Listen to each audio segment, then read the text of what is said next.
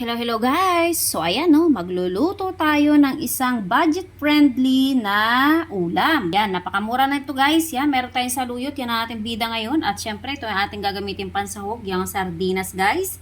At meron tayong sibuyas, bawang, panggisa. At yung ating pampalasa no. At syempre, meron tayong isang basong tubig yan guys. 1 cup yan. Yan ang ating seasoning na gagamitin. Yung ating patis. At syempre, yung mantika dahil tayo ay maggigisa. So, ayan guys, umpisahan na natin. Mainit na yung ating kawali. Maglagay na tayo ng sapat na mantika lang para sa ating panggisa. Yan, okay na yan. Lagay na natin yung ating bawang. Yung ating sibuyas. Bango guys. Bawang sibuyas pa lang mabango na. Lagay na natin yung ating sardinas. Sa lata ng sardinas guys, lagyan natin yan ng tubig. Para hindi sayang, masimot natin yung kanyang sarsa dyan sa loob, no? Ayan, no, marami pa, oh. So, saktong-sakto lang guys, yung nilagay natin na isang basong tubig, no? Isang tasa, 1 cup ang sukat. At siyempre guys, lagay na natin yung ating pampalasa. Yan, yung ating paminta.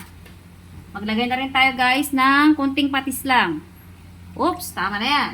Yan, mekos-mekos lang natin. Yan. At syempre guys, isunod na natin yung ating saluyot. Yan, napakaraming benepisyo nito sa katawan guys. Sobrang healthy na gulay ito.